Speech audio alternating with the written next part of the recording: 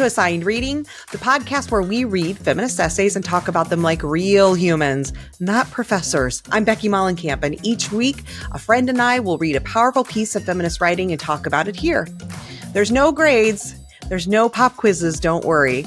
The essay is always linked in the show notes if you'd like to read it, but whether you do or not, you're invited to join us and listen in on this conversation. Let's dig in. We always tell people, oh, there's light at the end of the tunnel. Why would you choose to walk towards the light when, the walk is so arduous to get there, right? You don't have to wait for the light at the end of the tunnel. You are light. The choice to allow joy to come in lights you up. You don't have to wait to get there to experience it. And if we're being very honest, like as hopeful of a person as I am, if we had to wait to get to the end of the tunnel, like, geez, you know what I mean? Like, that was my good friend Jordan Maney reminding you that you are the light. And I want to tell you that she is pure light. And I'm so excited that she agreed to do this episode with me. She is the Radical Joy coach and the creator of the Rest Lab. She does facilitation and coaching that helps people with bleeding hearts, people who give a damn, learn rest as a radical practice so they can reclaim their joy and sustain their advocacy. I'm giving you that word joy highlighted because the very essay we're talking about today by Zadie Smith is called Joy. It's from 2013. It was later put into a collection of essays as well, but this is actually from the New York Review of Books. The PDF is in the show notes if you want the link to go and read that. Both of us had a lot of mixed feelings about this piece and are really excited to share that whole journey that we took on sort of being like, I don't know, to like totally, to I'm not sure, to oh yeah. So hopefully you will enjoy this one with Jordan Maney. As the Radical Joy Coach TM, I wanted to make sure I include your trademark. I don't know how there's anyone better I could be having a conversation with about an article or an essay called Joy than you, Jordan. So I'm excited to do this. Thanks for being here. I am so stoked to talk about this. This was really fun for me to read. It challenged a lot of my views and opinions on joy. So I'm ready to dive into this. Good. And Zadie Smith, I don't know that she would be a self-proclaimed joy expert by any stretch. This is an essay, it's her personal opinion. So I don't think we have to take it as gospel, but it is definitely interesting to reflect on and see where it challenges us. So that'll be fun. And also, I feel like I want to start too by saying I included this because I love Zadie Smith's work. However, she's not an explicitly like a feminist scholar, and in fact has rejected the label feminist very publicly and has said it's sort of, a thing for white women, which I fully get. It was one of the reasons why sometimes I struggle with the label too, because I understand some of those exclusions, but we're including her because I think her work's important. And this piece in particular, speaking about joy, to me feels as part of the feminist repertoire as anything else and as important as anything else. So I'm curious, like for just the little quick dive in, what's your high level 2-sentence review before we dig in really? 2 sentences. Okay. Close but no cigar. 1 sentence. I like it. Yeah. So very close. Like I felt like she was like on the cusp of getting it, but not entirely. Very cool. Okay. Well, I'm very excited to hear why. I don't know if there was a particular, maybe we should just start there, I guess, instead of like, what's your favorite or least favorite parts, but like this essay for people who haven't read it, and you don't have to read it to listen to this conversation, is trying to sort of draw a distinction between pleasure and joy. And I think that's an interesting distinction to make and is something I have thought a lot about, although I've thought of it more as like contentment and pleasure or contentment and happiness. Joy is just a different take on that. And I think to me, as many people as there are, is probably how many definitions of the word joy there are. Yes. But I think it's interesting to try and thread that needle. And clearly it sounds like to you, she got close to making that distinction in a way that works but not quite there. So like what was missing?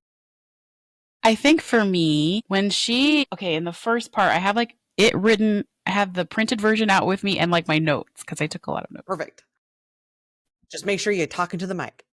Into the mic. I think the 2 things that I noticed, one is when she's making that distinction between pleasure and joy, like it's pleasure being kind of like more than the ordinary satisfaction, and joy kind of being like a ramped up extension of that. And then she kind of plays on that throughout the rest of the essay and comes to a conclusion that is where I'm like close, but not necessarily there about it. I think a lot of people share this idea that joy is just this like, it's just kind of like happiness 2.0. Just kind of like, oh yeah, if it happens, it happens. It's kind of something she uses it. I think she says it at least twice. Arrives at, like when joy arrives, or like it as if it's not running parallel to you at all times and is accessible to you at all times. So I thought that was really interesting the way that she kind of opens it up with this idea that like, well, I know what pleasure is, and I give myself a little bit of pleasure every day, but then what is joy, and her trying to outline these experiences that she has and kind of questioning like, was that joy? Well, I know my kid is a form of joy for me, but there's something else alongside that too of just kind of like it's kind of terrifying. So Yeah, I because she think said joy is basically like the definition that I kind of got, because there's a place where it sort of says this, that it's mhm, terror, pain, and delight kind of yes. all mixed together to become joy. And that's where like I didn't see it necessarily as happiness, but as this like bittersweet kind of feeling of like this Mm, deeper thing than happiness, that it's like the fear of losing whatever it is so painful that, like it's like you can't know it unless you know that it could end, and that it's like it's the knowing of how much it would hurt that is what makes it joy, which mhm. is interesting. But then well, go ahead and I'll tell you something, because I was thrown off by the drug references and we can come back to that. But you That part I was like, okay, Zadie, I get what you're trying. Not that I I think have I any got. problem with, like, yeah, it's Yeah. fine. Use ecstasy, do whatever. But I was like, if that's joy, then that to me, if your examples of joy are motherhood, Mhm. parenting children, and then ecstasy, I was like, I don't know. Like that one felt like it was, and I know she sort of said, is that joy or not? But it Mhm. was sort of like that. If that's the only 5 or 6 times in your life you've experienced joy, and one or two of those was, ecstasy, I sort of felt like it kind of takes away from joy in a way. Yes, and I think maybe this is an assumption that she was trying to show that like the contrast of this kind of like organic thing happening with motherhood and then feeling like you have to do something to get it, like you have to go to some extreme to arrive at the feeling. For me personally, this is not me getting on a soapbox. And this is the part where I think she kind of gets to, especially towards the end. Grief and joy are two sides of the same coin. Grief is not sustainable, but survivable because joy runs alongside it, right? And like, can I cuss? I can cuss, Of right? course, Okay. yes. We get through the shit because we know that joy is available to us, right? Like, Mm. I'm not giving any spoilers away, but I did see Sinners. I don't know when this is going to come out. And I'm not, again, not giving any spoilers away, but it also plays with that theme as well, that grief and joy don't even just run parallel to each other, that they kind of, I don't want to say that they're the same thing, but they're dependent on each other. You can Now you have me have, curious, because I know there's twins in the movie. I wonder if the each twin represent, but you don't have to give too much away. I'm just curious. No. I can't wait for you to watch it, Okay, okay, okay. but just that idea that you cannot have one without the other. They kind of go alongside. So in that way, I get when she's talking about the terror or the fear, or as you put it perfectly, it being bittersweet. I think of the last time I was in New Orleans. There's this photojournalist who had this really beautiful gallery of like 10 years after Katrina and things that are still broken, pain that people still feel. That's like a perfect city when I think of that conversation between like grief, the history of New Orleans, the blood in the land when you think about New Orleans, and then also the joy when you think about a city like that, and the fun and the festiveness and like let the good times roll. Like they coexist with all that death and sadness and grief. There's so much life and excitement and good times. They coexist with one another. And so reading this was interesting because one, you could kind of feel her hesitation around joy in general because I think people are afraid of it because we all kind of have like, does it cost something?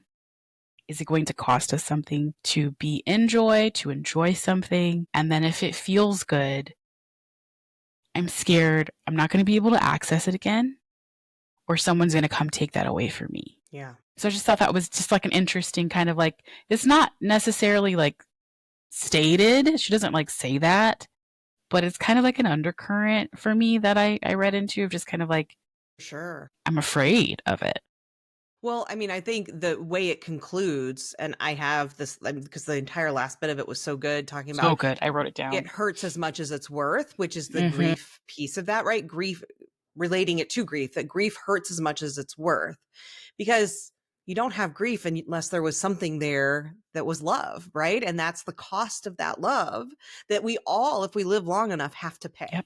right? We have to Yeah. pay that toll to have love. And you're right. There are people who will be like, I'll avoid love then because I don't want the pain. And she even brings it down to pets Mm-hmm. and, forever. Mm-hmm. Like, it's Mm-hmm. just anytime that you're saying, I'm willing to take this risk of love, I know that if I were to live long enough and outlive this, like, there is always eventually a toll to pay, unless I happen to be the one who goes first and then they pay the toll. But either way, that Yeah. toll's getting paid, right? Yeah. And so she said, what an arrangement. Why would anyone accept such a crazy deal? Surely if we were sane and reasonable, we would every time choose a pleasure over a joy, as animals themselves sensibly do. At the end of a pleasure brings no great harm to anyone, after all, and can always be replaced with another of more or less equal worth. And that helped me. That last paragraph helped me the most in understanding this distinction between pleasure and joy, because I was like, yeah, I get a lot of pleasure out of a croissant, right? And it does fill me with pleasure. But is it joy? Because it's very fleeting. And once the croissant's gone, like, I might be a little sad there's not another croissant for me to dig into, but also I know I can go get another one if I really want, right? So it's Yeah. replaceable, and there's no great sadness. It's not like I have this cost of, like, maybe if it were the last croissant on earth, it would be a joy, because I would know when I'm done with this croissant, I will never have one again. So I could either save it and look at it and think about it and never have it, never allow myself the joy, but then I never have to have the sadness of there never being another. Or I eat it and I savor it and I love it. And the whole time I'm probably thinking, I'll never get this again. I'll never get this again. And I was like, ooh, that. So I really almost think like the whole thing is boiled down to that last graph of, like, that is the distinction between these two things. And whether you call that happiness, which I don't, because I also think of happiness as being very fleeting. I Mm-hmm. think of joy as a bit more along the lines of contentment, like I said. But I can also see what she's saying, because contentment can be more sustainable, I think. Mm-hmm. And I do see this joy is like fleeting, but in a different way than Yeah. I think pleasure or other things are fleeting. It's fleeting in that we know it eventually has a finite end, and that is what makes it so valuable to us. Yeah. Yeah, but that's just where I thought the ecstasy, I was like, but I do hear what you're saying, that it's like this pain that we take to get that fleeting moment of that Mm-hmm. feeling. I've just never done ecstasy, so maybe that's why I don't understand it. But I was kind Oh, of like, same. Same. I thought the way towards the tail end, I think this is right after the section that you read.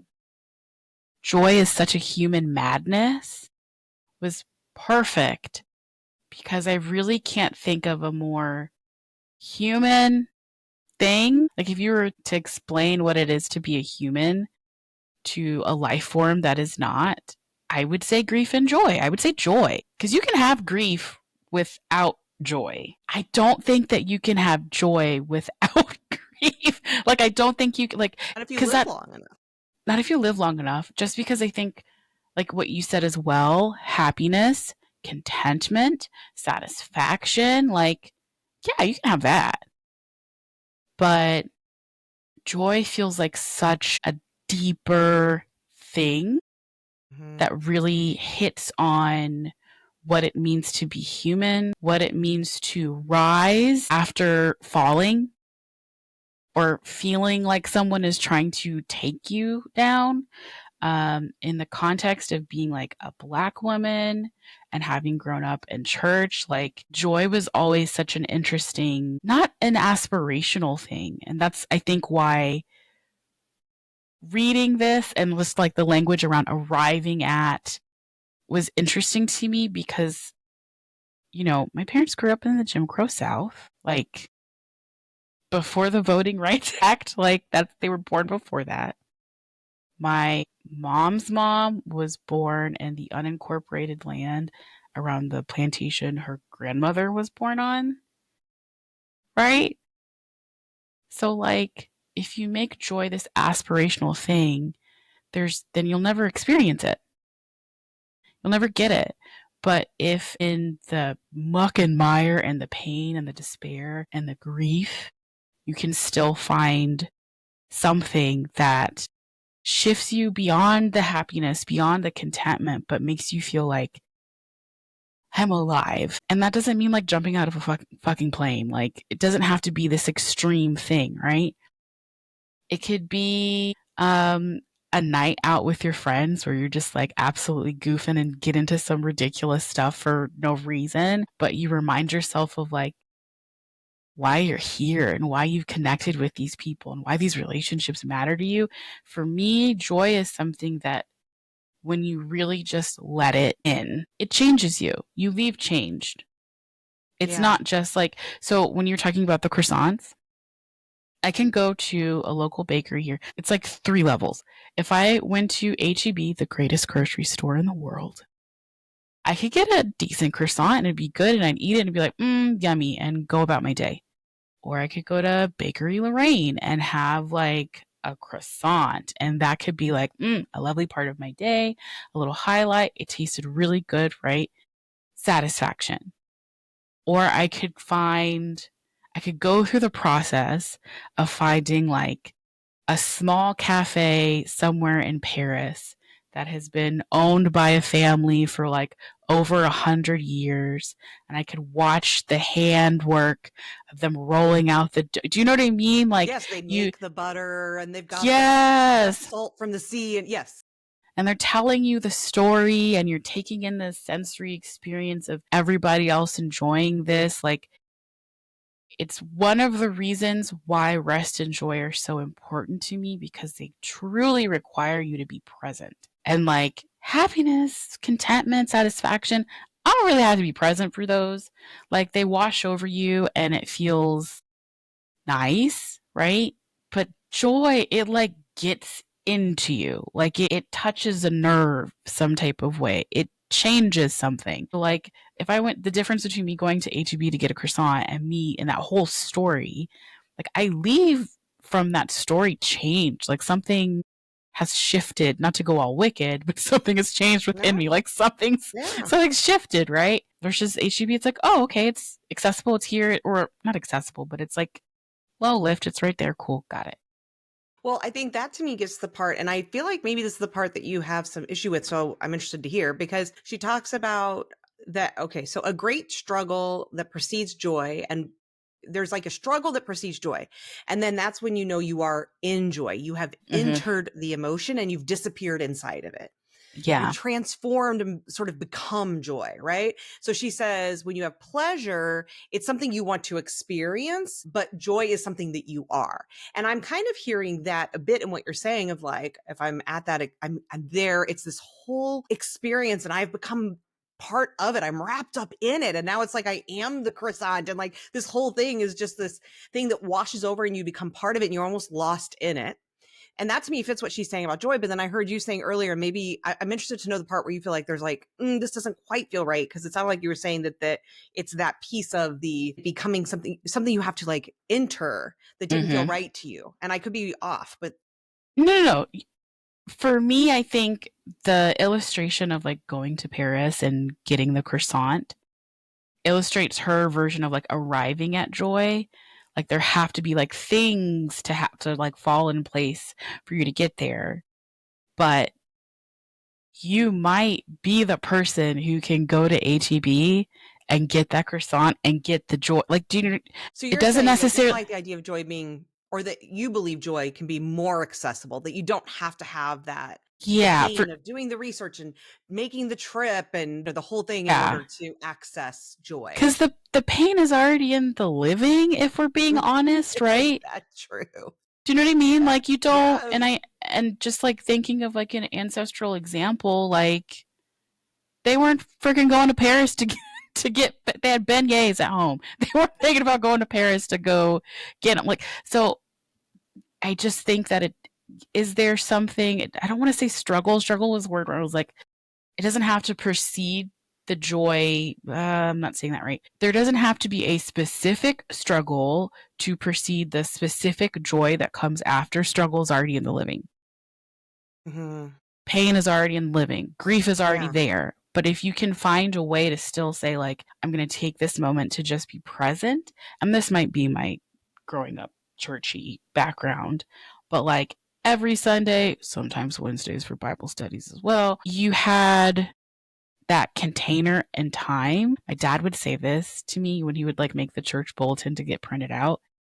He was very like, he's a military guy, so he's very like, we're going to do this at this time and this at that time, but always leave room for the Holy Spirit. And I have taken that to be like, always leave space for spontaneity to be present. So if you already have this container and time, and I'm sure you've seen like how certain congregations express themselves, like Black congregations express themselves, and like the historical context of being outside of working, singing, dancing, and going to church on the plantation was like the only time you got to physically express yourself, physically like express an homage to where you came from and who you are. Like those were moments of joy in literal captivity. Do you know what I mean? Like, so the idea that it has to be arrived at versus allowing yourself to receive it.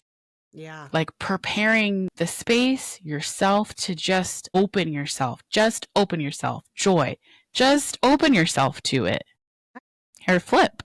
Did you just come up with that or you've had it in your back pocket? I put it in an email like last year, I but love it. I've totally forgot about it until right now. I was like, oh yeah. But just open yourself to it because again, Mm-hmm. there's enough grief and struggle in living. There's enough stress and pain in living. Joy is that thing that if you can prepare room for it, it's always there. And it doesn't need a high lift. It doesn't need you to take ecstasy at a party Right. to feel it. You know, it's always there. Well, and that's what I'm when you were talking about it being, and she also that part about joy is such a human madness, which I love that line, something to get a tattoo of or something. But it made me think about the fact that it feels like joy is a choice. And that the part that's madness is that often, not always though, I agree. I think that there are places where you can have joy that don't necessarily have to have that inevitability of grief necessarily, although I can see where she's going with that and I do love that. But I think it's about choosing something and knowing that often you're making a choice for something that could potentially cause you pain, right? Especially in the forms of like love and things like that. And so that is the part that makes it uniquely human is that we might make a choice that could actually hurt, right? Because I think most animal species and let's be honest, our lizard brains as well, typically try to choose anything that won't hurt, right? So Yeah. that's why I think a lot of people avoid love or other possibility because of that fear. And that makes sense. So I think it's choice, but then I also think I love what you're talking about presence because it feels like noticing. It's like I want to make the choice to experience much more joy. Okay. But then it requires noticing because as you said, like I think almost any moment could be filled with joy if only Mm-hmm. we made a choice to look for it and then actually noticed it. And then Yeah. like the savoring piece, the like being with it, right? Like, I just think that's so important because when I think, so this, I mean, obviously, and you probably too, a piece like this gets you thinking about, okay, well, when have I experienced joy, right? Like, Mm-hmm. let me think about that, especially by her definition. And I don't have, like, I mean, obviously, I have my child and I understand there for sure where she's coming from with motherhood because children are uniquely equipped to hurt you both literally getting them out of your body and then every moment Mm-hmm. after. And Mm-hmm. yet you choose, and again, I think it's choice. You choose again and again to say, I want this. I want this Yeah. pain. It's worth it. Right. But I also think of Ooh. like little moments where there's just these moments where I will like be with my husband and look at him and it's the right set of things are going on that I can feel myself, as she says, like becoming joy, like entering into something where it's almost like a translate state where you're like, you get lost of time for a minute and recognize and just think like, wow, like this. I'm so grateful for him. I love him. Being with him in this room is amazing. Like, how did this happen? And that, like, where it happens in 2 seconds, but it feels like an eternity of this thought of being awash with that feeling. And I've had it with friendships and conversations like this. Sometimes I feel that where I'm just like, how did I get so lucky to be in a room and get to have these kinds of conversations with people?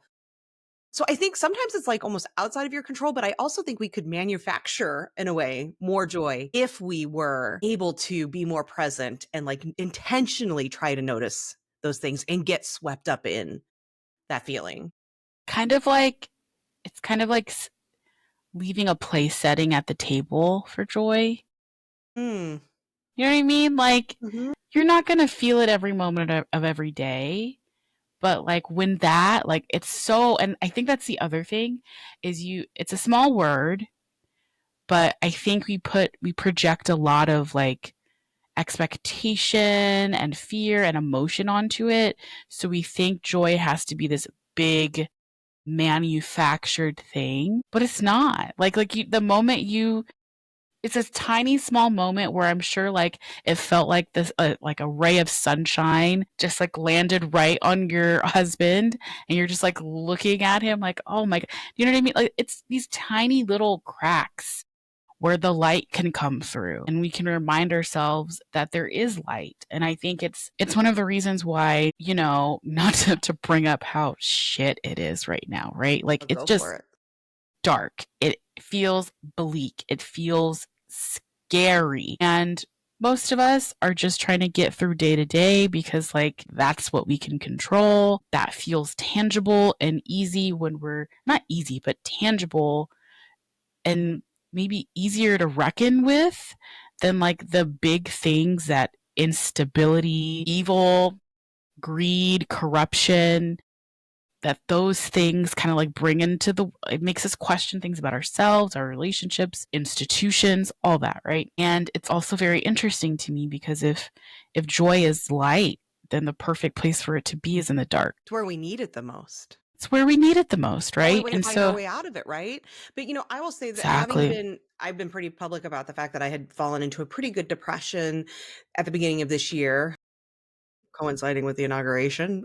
Coincidence? And it was, I'm just now 4 months, 3 months later, starting to really come out of it, partially thanks to medication. So there's also that. And Love that is that. absolutely right. Something we need to honor and give space for as well. And that's helping me find light. But the thing that's hard is when you are in that dark space, right? When you're in the darkness and the thing you need is more light to come through. And when you have people saying, if you would just do this, get up and move, spend more time, like snuggle with your kid, the things that could start to bring in some of that light, maybe find some of that joy, it can feel so impossible to do in those moments. Yeah, it's so hard. And yet, I guess that's why there is still a choice and it can be hard. Like, I also want to honor that sometimes that you can't, it feels impossible to make the choice. And when someone tells you it's a choice, you feel like, no, it's not. I have no But choice right now. you Right. feel a little But like fuck you when people say that. for sure. My husband heard that. So like as much as like there's a moments of sunlight on him, it's also easier in some ways to let the darkness flood and you don't do this and you did that and that kind of a thing. And it can be hard to find those cracks of light sometimes, I think. But, Yeah. and this is something she doesn't talk about, but I would love to hear from you because I think you and I share this, that to me, that is why making the choice, choosing joy, seeking it out, finding it feels really revolutionary, Mm-hmm. liberatory, like a form of resistance. Because when the world, and this is not to say specifically to depression, and obviously, like, again, I have medical intervention. So there are Yeah. those things that we need to have help with. But in the case of my partner, let's say, where sometimes it's easier just to look at all the darkness. And in a world that makes me want to be like, you're a white man and F you, right? Mm-hmm. Like there is something that says that I think is like, for me to choose to find joy is sort of like a way of saying, I won't let you do what you want to do to me, patriarchy. I'm not going to let Mm-hmm. you win, right? Because you want me to be in that dark space where I feel unable to move, unable to take action, unable to create change. If I can find my joy, that joy can sustain us, I think. Yeah. Yeah. I agree. when you were talking about this like visualization came in my head. You know how we always tell people, oh, there's light at the end of the tunnel. There's light at the end of the tunnel. I think what Zadie put together leans into that. Like, why would you choose to walk towards the light when, the walk is so arduous to get there, right? For me, you don't have to wait for the light at the end of the tunnel. You are light. Mm. The choice to allow joy to come in lights you up.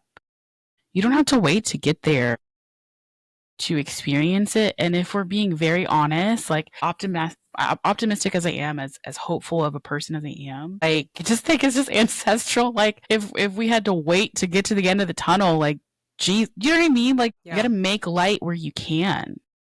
If that means like at this part of the tunnel I'm cracking something open so a light can crack in, or if I'm recognizing I'm going to let that emanate from me by making the choice to be like, yeah, I'm in the dark, but you know what? There's a really cute daisy right over here, or it's nice and cool in the middle of this tunnel, or like I could close my eyes for a little bit and not even notice a difference and just like listen. It doesn't have to Yeah. be this like fight. It makes me think of the name of Zadie's big breakout book, White Teeth, where it's like, or I can choose to smile and allow the brightness of my white teeth to illuminate the space directly in front of me, right? Like, Mm-hmm. I hear what you're saying because we are light and we have access to that. Or I can open my Yeah. eyes and let the white of my eyes shine. And just knowing that, like, because this is so silly, but when you say that and I think about that book title, it's like there's science actually behind the fact that when you smile or laugh, when it's fake, it starts to Mm-hmm. become real, right? Because our Yeah. body's reaction to that is for it to become real. So when we open our eyes, we put on a smile or we start to laugh and we let that light out, even if it doesn't Yeah. feel real, it can become real for us. And that's Yeah. really powerful. It's really powerful. I think it was the one of the first things I did after like election results came in. I just started reading. I pulled out Audrey, Tony, Zora, James. Like what have the elders excuse me talked about when it comes to maintaining your softness? And there's a line in Beloved by Toni Morrison that I won't quote exactly because there's a little bit of a pejorative in there. But this younger man is talking to this younger black man is talking to this older black man, and he looks at him and he basically is like, how much are we supposed to take?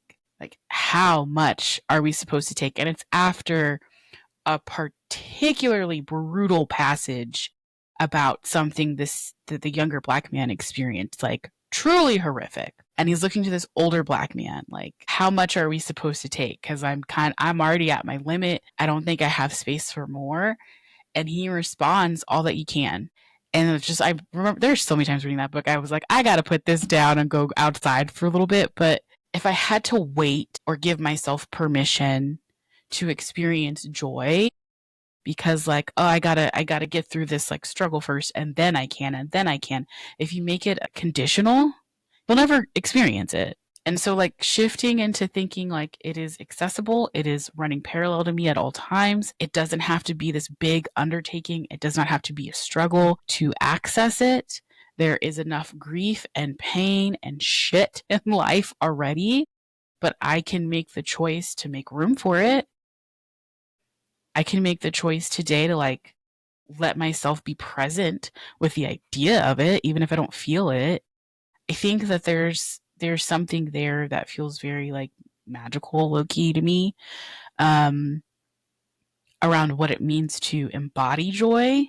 I Mm-hmm. love that you said a wash. That just makes me so happy because it doesn't, it's not like being on your A game every day. It doesn't mean that like you're waking up at 5 a.m. Like it might not be something that you can necessarily schedule on the calendar, but it is this call to remind ourselves that we're here, Yeah. we're alive. You still, even in the shit, have the opportunity to make something beautiful. Even in the shit, you have the opportunity to remind other people to shine their light. Even in Mm. the shit, you can still call your attention to something that's good and generative and beautiful and kind. Right. Like we still have the ability to use our voices. We still have the ability to move our bodies. We still have the ability to reach out to one another. And I think that's the other part of joy and also rest is that like once you realize like you're not in the tunnel alone. None of us are in the tunnel alone. Right. Every single person that voted in this election did not vote for that motherfucker. I think, was it more than half of us? At least half of us did not. Right? Like, and then the people who, like young people who couldn't vote, right? Who are also probably like, get this guy the fuck out of here. Get this guy out of Right. here, right?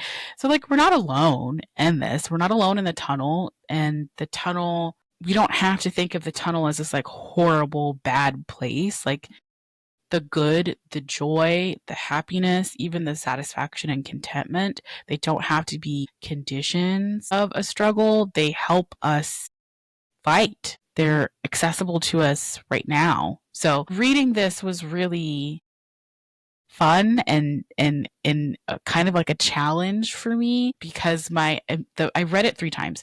So the first time I was like I always like to just like skim because ADHD. The first time I read it, I skimmed through it. I was like, okay.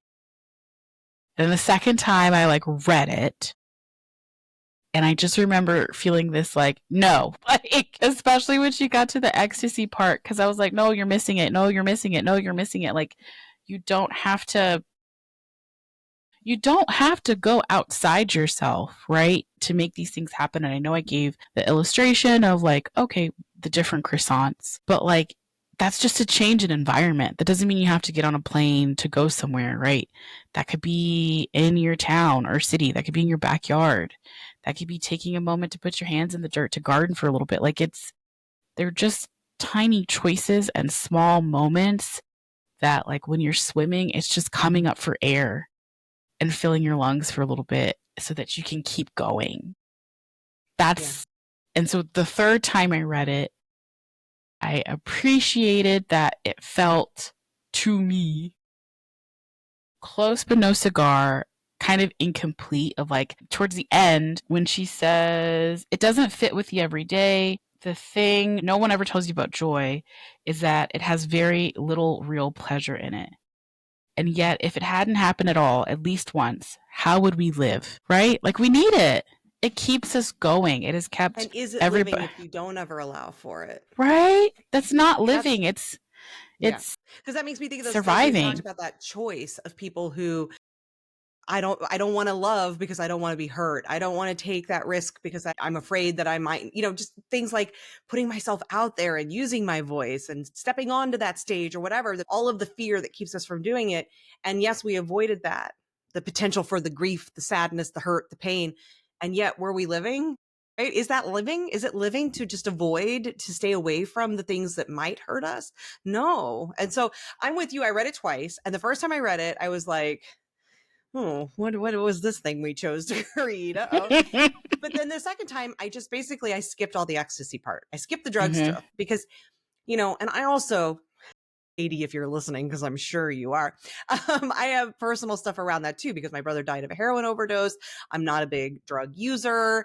And I don't know, for whatever reason, like it could be some of my own projections, but that part just felt like really out of alignment with anything I think of for pleasure or joy. So I was just like, I'm Mm-hmm. not sure. These feel like the weirdest examples to me. Okay. But so the second time I skipped that, and by skipping that, I was able to really fall into the rest of it, feeling like, yeah, I do actually align with a lot of this because I can think about how it relates to so many of my experiences and what I would call those moments, like I mentioned with my husband, or these moments of time where time does kind of stop. And I feel like I am the feeling of just, I think maybe I would have called it bliss. And I think she uses another word at one point. Oh, maybe ecstasy, because she was Mm. talking about, and maybe that's why she chose to tell the ecstasy stories. But yeah, the second reading for me was also better for Yeah. that same reason. And that's why Yeah. we read things more than once. Exactly. I was trying to like look at my notes really quickly. The idea that joy costs something, and then I think the word I would, when I first wrote this, the idea that joy costs something, the word I actually want to shift that into is that it risks something. Yeah. There's a there I it doesn't have to be like a struggle that precedes the joy like she writes, but there is a risk to it. Is that like you're gonna want either more or it's gonna draw your attention to something, but it does feel risky to be like, okay, this person might be the love of my life, but they also might I might open myself up to them to do irreparable damage. Yeah. Or they might die and I'll lose them. Or even in the case of the Exactly. croissant story, I can never have this exact moment with this exact group of people Ever and this again. exact time and this weather and this, like, yeah, you can't replicate it. And so what if I love it so much and I can never have it again? So yeah, like I agree. I think there's a risk. So even in the moments that don't feel like as big as love, and I think those are a lot of the examples that I think we often think of, but even in some of these other moments it's like because joy feels like an experience, right? Like Mhm. a thing you can't replicate an experience because it is only in that moment, and that is I risky. That is risky, but also, again, the human madness of it all, the human requirement and necessity of it all. Like, I think when we try to replicate or we try to manufacture and it falls flat, I cannot remember. There's a Japanese term for this that basically means what you said earlier. Like, we could go to Paris right now and go have the croissant, and then the following year, try and do it, same weather, same clothes, like try and replicate it as much as possible. It's going to be different. That's the point. That's the good thing. It provides novelty and variety, right? When you try and like, this is, I think this was way back. It might have actually been when this was written, ironically. Way back in like 2013, I worked at a wedding venue and we had like a big one of those like huge like wedding extravaganza type events. Um, David Totera was like the like keynote speaker.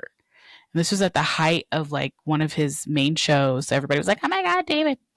But he said something that I have never forgotten was that like your job as an event planner or designer is to essentially create a bubble for the people attending, creating a moment where when they enter this thing, they leave the worries of their life, to the side and they can just be present within this bubble. And then at the end, they can come out and all that other stuff. And that has guided so much of what I do now is like, if we're going to create space or leave room for joy or spontaneity, if we're going to create these opportunities, like it's okay for one, they're supposed to be different. They're supposed to be, you don't want the same thing over again. And I think sometimes our desire for them to be the same is us trying to control, Yes. you know? Yes. Yes. And it's so funny. Like what you were talking about makes me think of, going to a concert. If you have been to any sort of event lately in the last decade or more, this weird phenomenon of every person standing there and recording the thing that they're at instead of just experiencing the thing that they're at. And my husband and I joke all the time. We love going to live music and we are like, so are they going to go home and just rewatch this horrible iPhone footage? I mean, I understand the like getting a 5-second clip to show I was here. Okay, fine. But like I see people who it's like can't stop. And it's like and it's creating this layer between you and reality of being present. And I think we have all just become so accustomed to that, to not being present, to having Yeah. a screen, a something that's separating us from our reality. And like I feel like that keeps us from joy because I'm thinking specifically of a concert I went to, my favorite band at Red Rocks on a gorgeous night.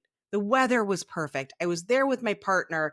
The music was great. Like it just the view from that place is amazing. Like everything about it, sensory overwhelm. And I'm still thinking of it because I was present. I put my phone down and I even did the thing that we're talking about. I made the conscious choice to say, I want to remember this. And sometimes I'll do Mm-hmm. like a to myself of like a Mm-hmm. mental photo to be like, okay, Becky, Yes. click in and be present.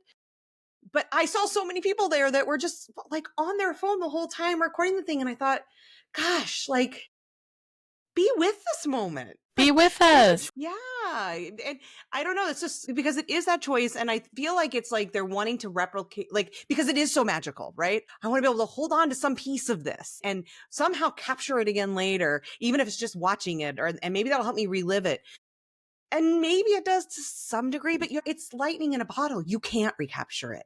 So all you can really hope to do is just be with it so that you can embrace the most of it you can in the moment of it. And that to me is like the difference between maybe happiness and joy, Yes. or pleasure and joy. I think when you were talking about having like witnessing it through the screen instead of just like being in it, I think that's another layer of like distance we put for safety. Like the Yeah. illusion of safety, to be like, well, I don't want to give myself over to this feeling or this emotion. I don't want to be present because I don't want to lose this thing that I can't recapture, manufacture, recreate. But then I think also 2013, 2014, I went to some concert with friends and I recorded a lot of it. And I think I looked at, and it was a great night. And I think I looked at it like once. Take the picture, get a little 90-second snap, Yeah. and then just be there. Just let yourself be there. Because it's not going to be the same for whatever it is. We do this everywhere. When I go to Yeah. my kids' performances at school, which we have one tonight, and I will be honest, one of us will probably be recording the entire thing because it's not that long. But yeah, it's like, I just want to be able to be awash in it. Again, that like, let it wash over me and be fully present. But I do think you're right. I think it is another way too of like that, like, I won't let this thing harm me, because if I do fully immerse myself, then I'm admitting in a way that I can't replicate this. And like, we want to hold on to some belief that we can, I think. We And can. yeah, we have to, I think that's part of it, is we have to, there is like a willingness to be human and to be vulnerable and to recognize our weakness that has to come for that joy, to be able to say, I recognize life is fleeting and that's why I need to be in this moment. And I think we want to try, and again, that control, like say, no, I'm going to somehow find a way to like game the system so that this moment lasts forever, and it just can't. But that is really hard, and I think that is the part she's talking about with the like the struggle, not the best word, but of it. I think also for me, it's not so much a struggle that precedes the joy, it's surrender. Just let it in. Just let it in. Just be here. Just enjoy, let yourself like enjoy this thing. And I've found personally that when things feel the most uncertain and scary and bleak, I want to hold on and like fight joy or positive things in general because they feel so scarce. Mm-hmm. And I think when like, so election night, the night after election results, right? I was like, I could feel that feeling coming over me. I'm like, oh God, like the anticipation. Into the new year, inauguration happens, and it's only been 3 months at the time of this recording. The longest 3 months of our lives, yes. Felt like a year, but I kind of felt like this tightening of like, every time I scroll, I've taken all social media off my phone. Every time I scroll and I'm just like, oh, it's all bad. It's all bad. It's all bad. It's all bad. I feel this like, it's like I'm not even allowing, kind of like a dam. Like I'm just turning it off. Like no water's going to flow through here. I'm just going to block it all up and create this reservoir of like, that's when things are positive. Just going to fucking suck on the other side of it. It's going to be okay. And I keep coming back to this question that has gotten me out of these like depressive episodes, these little ruts and funks that have happened since literally only January, of like, why not? Why not joy? Why not me experiencing joy right now? Why can't I enjoy myself? Who's telling me that I cannot enjoy myself? Well, I still, like, I made a joke to my dad about going to the pool while it's still integrated, and he was like, Jordan. And I was like, well, why not? I might as well swim while I still can. Knock on wood. I might as well do the things that don't necessarily have to do anything with like capitalism, but like do the things that like feel good. I might as well allow myself to be present, even if it's kind of painful to get there first, right? Like not painful, but if you're going to be present, in my mind, if presence is a precondition to just allowing that joy to wash over you, you have to be present to all that you're feeling. The bad, the ugly, the insecurities that are popping up, the fears that are popping up. And maybe in that way, what Zadie said about the struggle that precedes it, cool. But like, you have to wade through that to get to the place of just being able to receive the joy.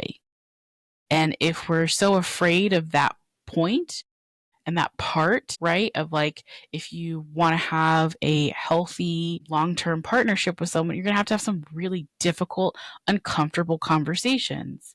But on the other side of that, there's some really beautiful stuff. So yeah, maybe there's that risk that you have to get through. But again, if you don't risk it, if you don't take the risk of being present, if you don't take the risk of having those conversations, if you don't take the risk of like letting yourself feel, how are you going to get to any of the good things? Yeah. We always say risk it for a biscuit in our family. Adorable. Writing that down. And we do risk it for a biscuit a lot, which is our way of trying to help our kid learn that we have to, sometimes we do have to risk. And what you just said makes me come around even more to this essay, in that it does feel like, I do think that that's probably what she means by the struggle, right? Mm-hmm. And in that way, and honestly, as you were talking about that, I have to now admit that I'm coming around a bit more on the ecstasy, and here's why. Because I think the Ooh. way she talks about it is because she even questions, is that actually joy then? And I think it's because she's saying it's a shortcut. It's trying to do that thing where you're trying to control, you're trying to manufacture the feeling. Because now I'm thinking about my brother and his drug use, and it's exactly what he was trying to do, because he couldn't seem to get there on his own. He was trying to manufacture the joy. He was trying to get this like shortcut, a workaround to create the joy. And in that moment, it felt like joy to him, but it was so fleeting. And was it really joy? Probably not. But it created some of the feelings that we associate with joy. And so I think that that's probably what she's sort of saying. And by questioning whether it's joy, again, this is why I love discussing these things, because where my Right? immediate reaction is like, fuck no. Now I'm like, Yeah. you sneaky little, I think Yeah, I think you're you're onto onto something. something there, because I do think it's that. It's the ways that we try to control, we try to manufacture, we try to create. And for some people, it looks like drugs, but there's so many other ways we do that same thing, because we don't want to have to do the hard part, the struggle part, right? We want to just get to the good part without all that other stuff. And is Yeah. that really then joy? I had a I Yeah. had a moment, had a wobble, if you will, the first week of April. It was very intense, very emotional, and I realized like, oh, I had not been allowing myself to feel some things. And so I was like having like I call them morning meetings where I feel like I'm talking to like birds and trees and ancestors. I'm just in the backyard just like yapping.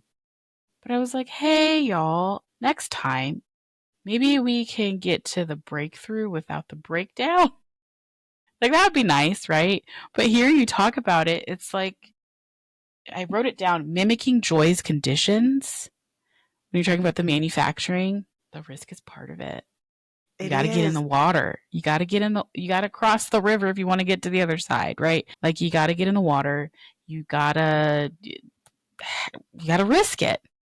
Because You got to risk otherwise, it the for a come biscuit. down, that manufactured route, that not real route, I think in the moment you might be able to convince yourself it's joy, but then the fallout, the aftermath, the come down from that, I think you quickly realize that wasn't it. But because And there, it was fleeting and yeah. it felt good, so then you start to chase.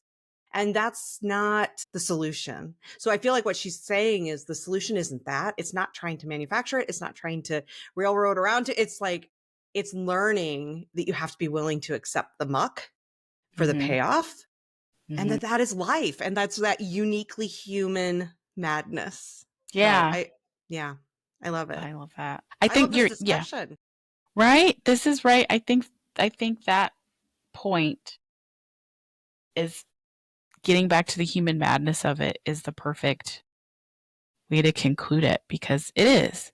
It is a human madness, and yet I hope that you choose it again and again and again and again It's worth In a it. world of AI and bots and everything else coming for us, this is what makes us human. So we've got to choose it. We have to choose it, right? So I thank you want to for, add this. yeah. I just want to add this really quickly. When you're talking about concerts, I was remembering when I went to for like I think South by in Austin, and it was Alan Stone. It was this tiny little set, and I was with friends who were like, "What are you doing right now?" Because they had their phones out. Because it wasn't a big. It was like maybe 100 people. It was pretty small. They had their phones out, and I was just like I was like doing this, and my eyes were closed, and I was just like in it. They're like, "Look at him," and I was like, "No, I need."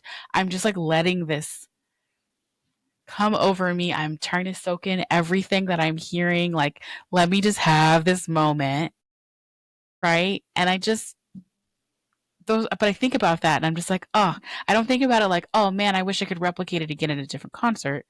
I'm just kind of like, I'm so glad that I got to experience that. And that should be on the other side of joy, is not how can I make it exactly like that again and control it and manufacture it, but instead of like the come down that you were saying when you do manufacture it of like I've got to chase it, it's more kind of like a lover leaving and being like I can't wait to experience that again. Yeah. It's like, how can I open myself up to receive more like that? Not Leave that, the but door just more open. like that. Yeah. But you Just leave can't the until door you learn how open. to do it, which involves risking it for a biscuit, baby. So everyone go out and risk it this week and make yourself some joy. Thank you for being here, Jordan. You are joy. You are light. And I hope everyone else feels that way after hearing you say it, because it's true. We are all light, but truly every time you're in a room with me, I'm always like, oh, there's the sunshine has entered. So thank you. And thanks for doing Thank you, this with me. Becky. This was so great. I'm gonna like I'm holding on to this printed version because it really did challenge me, but this conversation I think brought it full circle, and I hope everybody else listening gets go risk it for a biscuit. Thank you for being part of this assigned reading conversation. If you liked it, please pass it on. And if you loved it, would you leave a review? It will only take you a few seconds, but honestly, it makes a huge difference in spreading the word about the show. The essay is linked in the show notes, as is my newsletter, which is called Feminist Rants Are My Superpower, and I hope that you'll subscribe. I can't wait for our next conversation.